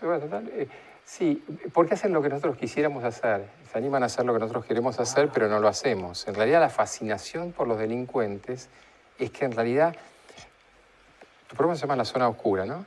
El espacio, bueno, adoptan la zona oscura, entran a la zona oscura, que en psicología se llama la sombra, a la cual nosotros apenas nos asomamos. En realidad, nosotros por eso nos fascinan tanto los precipicios, los balcones, todo eso. Nosotros estamos constantemente tratando de mirar ahí, pero nunca nos tiramos. El asesino se tira. El asesino habita esa zona. Claro. Y por eso nos atrapa tanto. Por eso las historias de Pablo Escobar tuvieron tanto éxito. Por eso Popeye, pero no Popeye el de los dibujitos, sino Popeye, el asesino de Pablo Escobar, se transformó en un personaje. El sicario más importante. Sí, tiene redes. Yo he visto las redes. Tiene un canal de YouTube. ¿Ah, sí? Sí, tiene un canal de YouTube. Sí, es un mediático. Es como un... Sí, es un mediático de las redes. Yo lo he visto incluso, hay un documental en Netflix que se llama Dark Tourist, o Turista Oscuro, que es un tipo que va viajando a lugares turbios del mundo, ¿no? Y uno de esos lugares viaja a conocerlo a Cali, a conocerlo a este sicario. Y es muy interesante la charla que tienen. Yo di una conferencia para Colombia hace muchísimos años, cuando todavía no sabía el fenómeno de la Virgen de los sicarios. Sí. Y era eso, eran los chicos que los obligaban a anestesiarse matando a alguien totalmente inocente. Wow. Y pasar eso, respuesta a la pregunta que hicieron recién, te hace entrar a un terreno del cual no volvés. Claro. Por eso el gran tema en nuestra sociedad actual es que se está violando el imperativo de todas las religiones y filosofías, el no matarás. Claro. Eso es lo grave. Estamos viendo ahí imágenes de la serie. Bueno, Pablo Escobar, dijiste también hace un rato, un gran psicópata, ¿no? Un perverso. Pablo Escobar se juntaba con Ricardo Galanete hace unos años, él hizo, yo participé, un programa en el que mostraba cómo él tenía en una sala a sus hijas, todas vestidas de encaje y demás, y en otra hacía buscar, entre otros a Popeye, a chicas de 12, 13 años, a las cuales hacía violar para que las viera él y después las violaba él y después volvía con sus hijas. La idea del narco, pero básicamente era un sujeto, era un asesino, hablando de los seriales, un asesino múltiple y serial. Y serial, cumple todos, digamos, todos los requisitos. Sí, porque otra vez, cuando no tenés límites, el límite, desesperadamente, ahí era el tema de Craven, desesperadamente buscas un límite, porque tu vida se vuelve aburrida. Claro, entiendo. Y lo que es interesante en este caso en particular, bueno, de otros, es que él es o sea, es muy venerado. Sí, claro. Muchos... y bueno, en el fenómeno, para los que sean medianamente viejos, los equipos de fútbol que sostenía Pablo Escobar Gaviria. Hoy yo estuve el año pasado, en Colombia para ver el tema de la violencia, porque Colombia es un fenómeno, algo fenomenal en dos áreas. En el tema de los cruces culturales por las diferentes etnias, sí, pero aparte sobre la violencia. Y uno de los temas es que tuvieron que incorporar a la gente de los diferentes lugares sin criterios morales, lo cual generó bastantes cuestiones, no solamente a los narcoterroristas, sino a la gente que venía justamente de los grupos de Escobar Gaviria. Porque si no, no eran parte de la sociedad, es decir, era un sujeto muy venerado. Muy venerado por todos. Y otro caso que también tenemos para hablar el día de hoy, también asesino que se convirtió en película, es el caso de Robledo Puch, el Ángel. Yo tuve la causa de Robledo Puch. ¿Estuviste? No, sí, yo tuve justamente... Porque Robledo Puch pedía la excarcelación, o sea, estaba pasada. Sí. Y cuando lo teníamos que ver en la parte médica, sí, llegaba y a mí al menos me tocó 3 veces, tuve la suerte de tener el expediente de él, el mega expediente de él, y después no iba porque se aburría, se volvía a amigar con su novio, sí, y se quedaba en la cárcel. Después empezó a pedir activamente, pero el caso de Robledo Puch, vos sabés que es interesante porque es tomado por Osvaldo Raffo, que fue la persona con la que yo di el examen de médico legista, que lo califica de un psicópata irrecuperable, esto y el otro. Y Robledo sale del juzgado diciendo, yo voy a salir y los voy a asesinar a todos. Esto generó tal impacto en esa época que el tema final es que Robledo, que en realidad seguramente era un esquizofrénico incipiente, hoy tiene una esquizofrenia paranoide hiperflorida, totalmente perdida, claro, no va a salir nunca porque no tiene sostén ni familiar ni nada. Mira. Pero la historia de Robledo Puch, quienes vieron la película me la contaron y no tiene mucho que ver, pero un personaje interesante para la época. Claro, muy interesante. Claro. Sí, muy interesante también.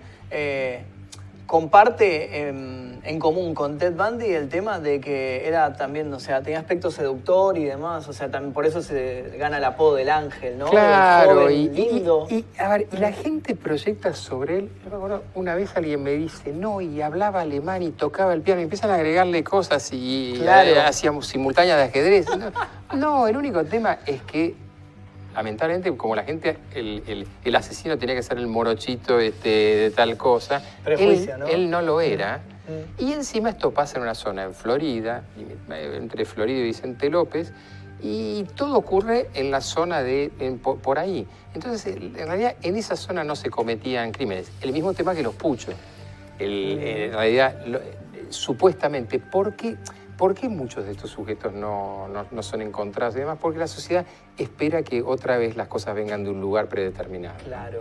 ¿Eso se debe tal vez a prejuicios de la gente? ¿A qué se debe? Sí, hay un tema que se llama sesgo cognitivo. Los sesgos cognitivos son lo que vos esperás ver. Y en realidad, si eso que no esperás no aparece, no lo ves. Otra vez, yendo a tu tema de YouTube, hay un tema de un animal caminando al lado del ascensor. Mírenlo, por favor, van a ver que no lo ven al principio. ¿Ah, sí?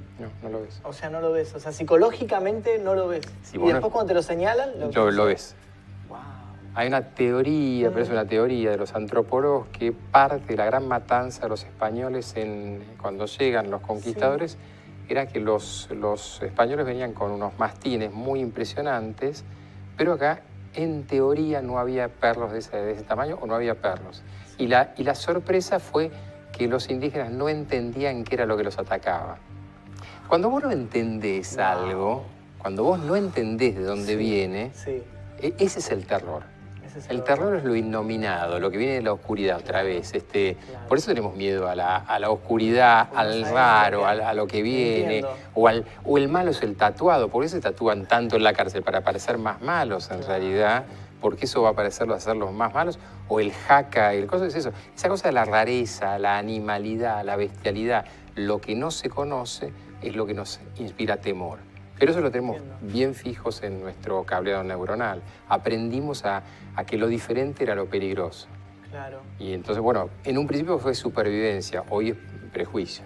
Y es muy interesante lo que decís vos del que el terror es lo que no vemos tal vez, porque se utiliza mucho, estamos hablando de ficciones, el recurso de a veces no mostrar en películas de terror tal vez al asesino o mostrar su punto de vista y nada más. Claro. Y eso tal vez aterroriza más a la gente. Este recurso se usó por ejemplo en películas como Tiburón, que como era tan malo el muñeco que habían creado del tiburón, decidieron filmar todo como si fuera la vista del tiburón y la gente imaginaba cómo era ese tiburón. O otra película, por ejemplo, El bebé de Rosemary, que nunca muestran al bebé que ella tiene. Y el terror era que la gente tenía que imaginarse cómo era ese bebé hijo del diablo que ella había tenido. O la serie de esas películas que hubo, que yo no sé cómo era, que era la cámara enfocada y que se movía, que veías siempre un plano. Ah, sí, Actividad Paranormal, la que era la cámara de seguridad. Esa una, pero la otra, la que estaban filmando como si fuese como una vieja cámara de Super 8, pero que vos veías solamente un plano muy corto. Ajá. Y vos escuchabas gritos y supuestamente todo pasaba por fuera de ese plano. La película la aguantabas 10 minutos nada más, pero en general generaba un grado de tensión muy fuerte, que es lo desconocido. Te desespera el no saber. Te desespera el no saber qué es. Muy interesante este dato, no lo tenía. Tenemos un WhatsApp por ahí, tenemos una consulta. Hablaron de muchas pelis, pero ¿no vieron El coleccionista de huesos? Es muy buena esa película. Claro. Sí, Denzel Washington, si no me equivoco, actúa. Sí. Bueno, ahí ya toca el tema del asesino que se queda con algo de la víctima, ¿no? Porque no todos hacen eso, algunos descartan y algunos guardan un recuerdo. Bueno, eso es lo que vuelve interesante la criminología, porque en realidad es para que cercanamente tenemos el caso de Leandro Acosta, el parricida de Pilar, que es con Karen, su hermanastra novia, causa en la que estuve como perito. En realidad, si bien dicen que no, la primera abogada, Mónica Chiribil, sí hablaba de canibalismo. Y en realidad parte de la sospecha de canibalismo era guardarse parte del cuerpo de la madrastra. Wow. Esta cuestión de guardar completa, antiguamente justamente es la misma historia de comerse, es la idea del canibalismo, es incorporar parte del otro y por ende poseerlo. Claro. Poseer algo tiene que ver con justamente dominarlo. Tiene que ver con esa demostración de poder. De poder, es mío, yo lo incorporé. Claro.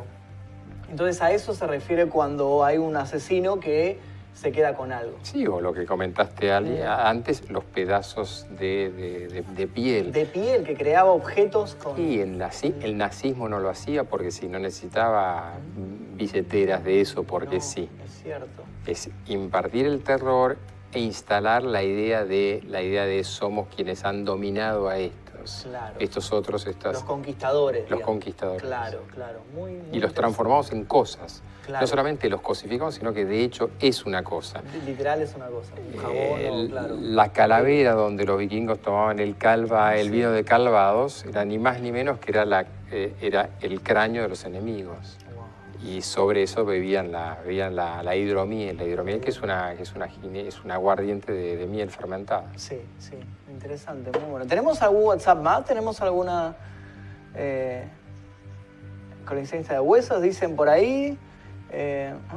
Maniac con Frodo. Bueno, la gente está nombrando ficciones basadas en asesinos hay infinidad. Realmente, si nos ponemos a hablar de eso. O después tenemos la figura, por ejemplo, en películas como Dragón Rojo, donde Hannibal Lecter ayuda al FBI. Que esto se utilizó, que si no me equivoco, con Ted Bundy. Claro.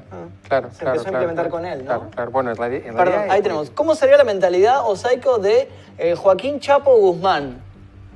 El Chapo Guzmán. El Chapo Guzmán. En realidad, todos esos personajes... En realidad, la personalidad de los narcos y demás es suponer que, si bien predomina una cuestión económica, básicamente predomina la cuestión de poder. Es decir, nosotros tenemos que pensar en el delito como algo que tiene un fin, ligado a fines cortos, y muchos de ellos es sexo, poder o dinero. o las tres cosas. Esas son las motivaciones. Esas son las motivaciones centrales. Claro. Y en realidad, en estos sujetos, en el largo, concretamente, no tengo estudios psicológicos sobre el Chapo Guzmán. Ahora sí conozco la historia. En realidad lo que uno ve que no era un sujeto no era un empresario del delito, que sí lo existe, que sí han existido. Luciano era uno de ellos, pero en realidad estos sujetos quieren aparte sembrar el terror como forma también de venta de su producto, ¿no? Claro. Estamos viendo ahí imágenes ahí de las ficciones del Chapo. A mí lo que me llamó siempre la atención con este tema de narcos es los videos de los narcos asesinando gente que lo filman y lo suben a las redes como un mensaje, ¿no? Sí, claro. Digo, o sea, no son videos en los cuales van y le pegan un tiro a alguien, son videos en los que de manera terrible mutilan a una persona con una motosierra o cosas así. Digo, ¿qué necesidad de hacerlo tan sanguinario, tan explícito la muerte? Digo, si el mensaje es matamos a nuestros enemigos, le pueden pegar un tiro y listo, digamos. O sea, ¿por qué tienen que hacerlo tan gráfica la muerte? Por eso sería práctico. ¿Cuál es el fin del homicidio en esas cuestiones? Es enviar un mensaje. Las modalidades de homicidio, por eso hablaba antes de los homicidios por arma blanca y demás. Las modalidades de homicidio tienen que ver con qué es lo que vos estás diciendo. ¿Por qué grupos islámicos se dedican a poner unos sujetos arrodillados y los degüellan de cierta manera y demás? El mensaje claro es de terror. La idea es instalar el terror, y entonces cuanto más cruenta sea esta cuestión, y eso es lo que yo decía que es peligroso ese punto, porque el otro trata de superar al anterior, más poder tengo. Entonces no es el sacarse de encima a un sujeto. De hecho, lo reproduce las series. Tratan de prolongar la idea de la muerte, porque la muerte, en definitiva, nuestra fragilidad es tan grande como seres humanos que es muy fácil matarnos. Claro. Entonces, el punto no es matarnos, el punto es demostrar el sufrimiento, demostrar el terror. Y por eso, tantos episodios en que la tortura es lo central, no el homicidio, y las series en las cuales vas a morir lentamente, no te daremos el derecho a... Mientras que el seppuku oriental japonés era matarse, y punto. Claro, entiendo. Tenemos un mensaje ahí marcado que dice: Magnus, querido, Nietzsche dijo que cuando miras largo tiempo al abismo también mira dentro de ti. Preguntale a... Ay, perdón, se me fue. ¿Podemos volver? Ahí está. Preguntale aquí que cómo hace para convivir con toda esa información. Vivencias, experiencias en casos tan abrumadores e inquietantes. Debe ser difícil. No es difícil.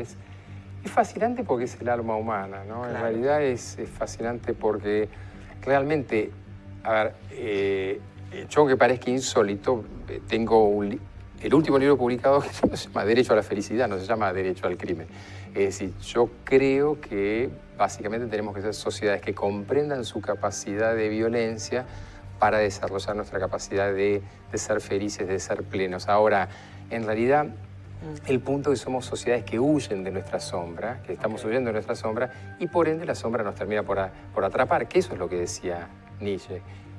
La mirás, pero te vas, en lugar de entrar, incorporarla, y esa es la forma de dominar tus propios aspectos destructivos. Es decir, todo el mundo tiene que entender que el asesino no es el otro, que el asesino en parte es uno mismo. Y eso te permite entonces empezar a generar otras cosas. Claro, entiendo. Por ahí estaban preguntando por ahí, ¿viste la película del Joker? ¿Tuviste oportunidad? Sí. Desde un punto de vista tal vez psicológico, ¿cómo se puede analizar ese personaje? Hubo una mezcolanza creo que con mala auditoría médica, porque lo hicieron parecer como una parálisis pseudovulvar, que le preguntaban algunos medios, tiene una risa medio rara. La parálisis pseudovulvar es una atrofia cerebral, pero en realidad es un sujeto que básicamente la idea es que la enfermedad mental, creo que hicieron demasiado hincapié en algo que a los psiquiatras no nos gusta mucho, que es estigmatizar al enfermo mental como un delincuente. Y creo que y en realidad el delito está subrepresentado en la enfermedad mental. Es a la inversa de lo que la gente cree. Okay. Es la idea que el enfermo comete delitos, no.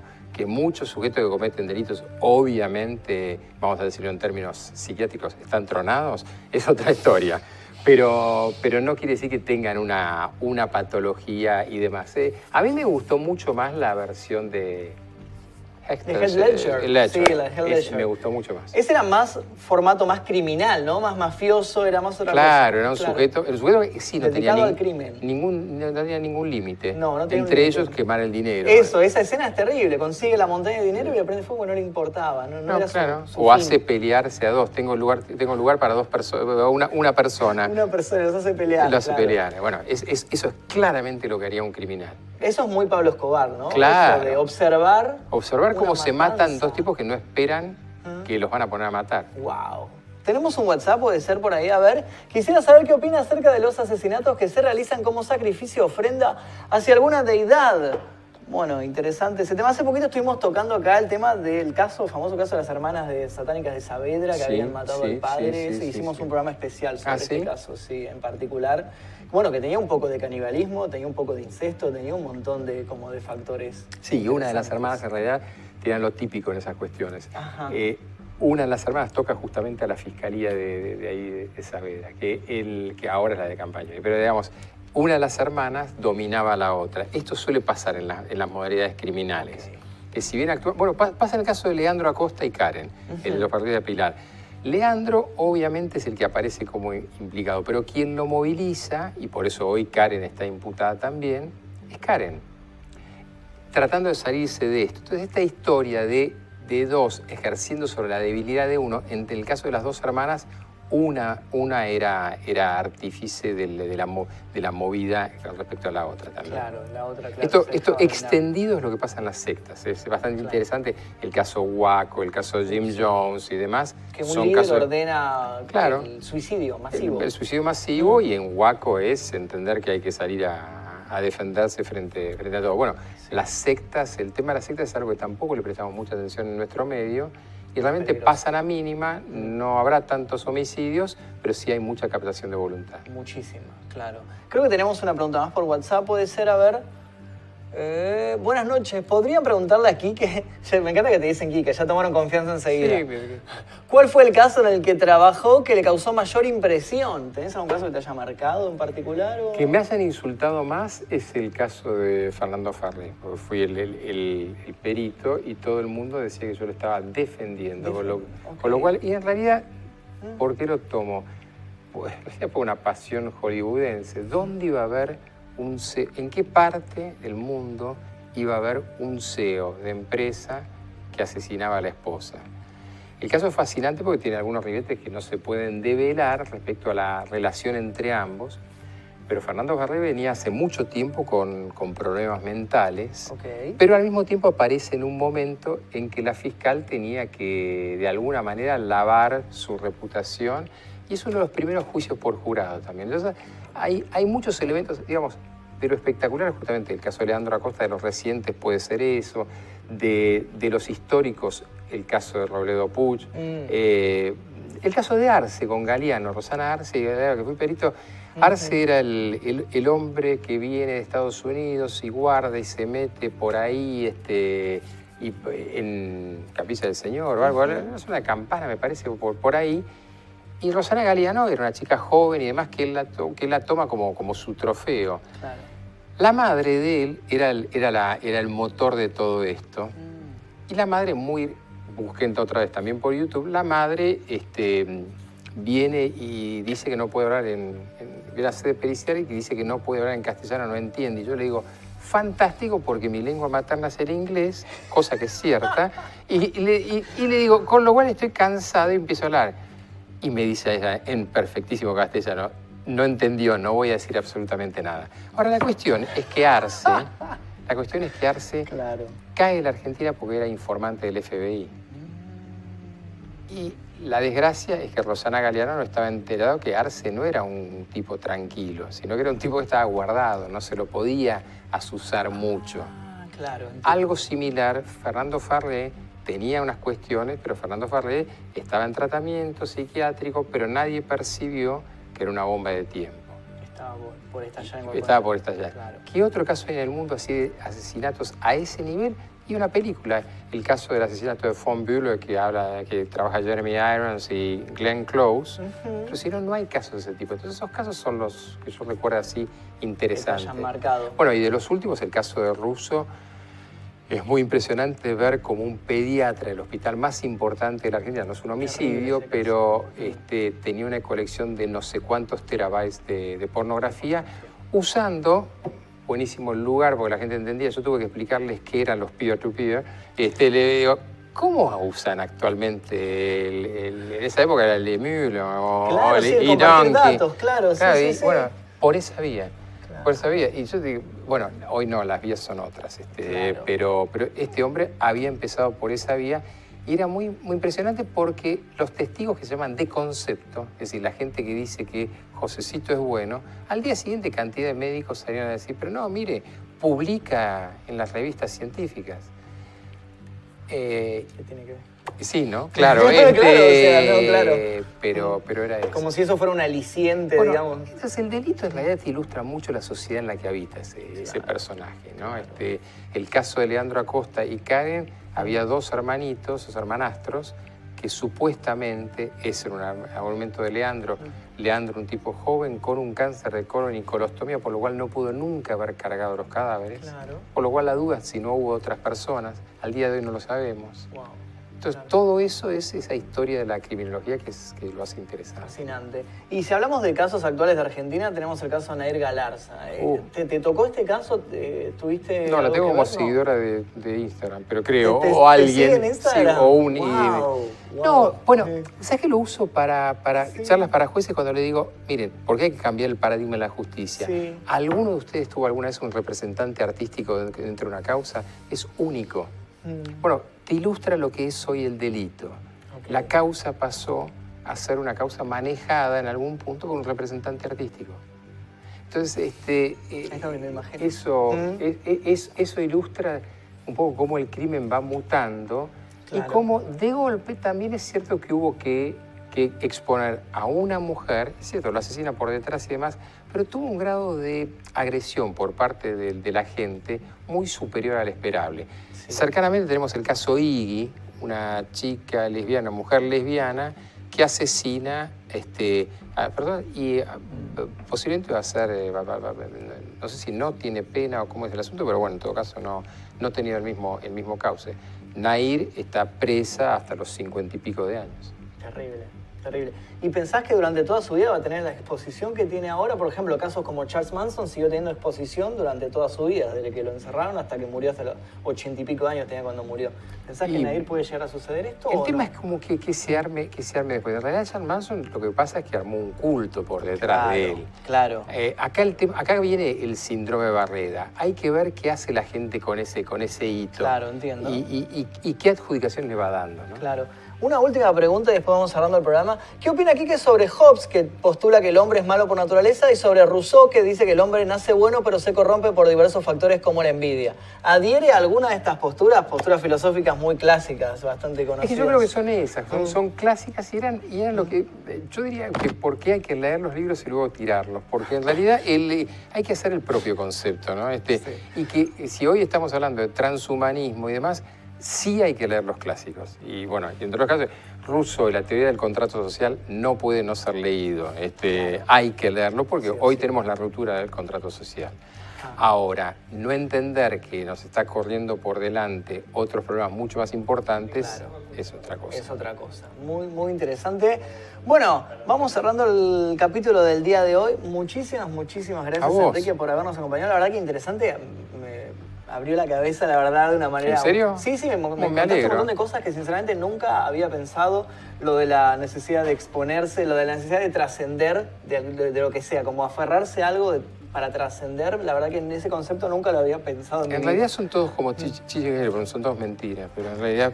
La verdad que a mí me fascinó y la gente, te digo, ¿cuándo lo traen de nuevo aquí? Que ya la gente está preguntando cuándo vuelve.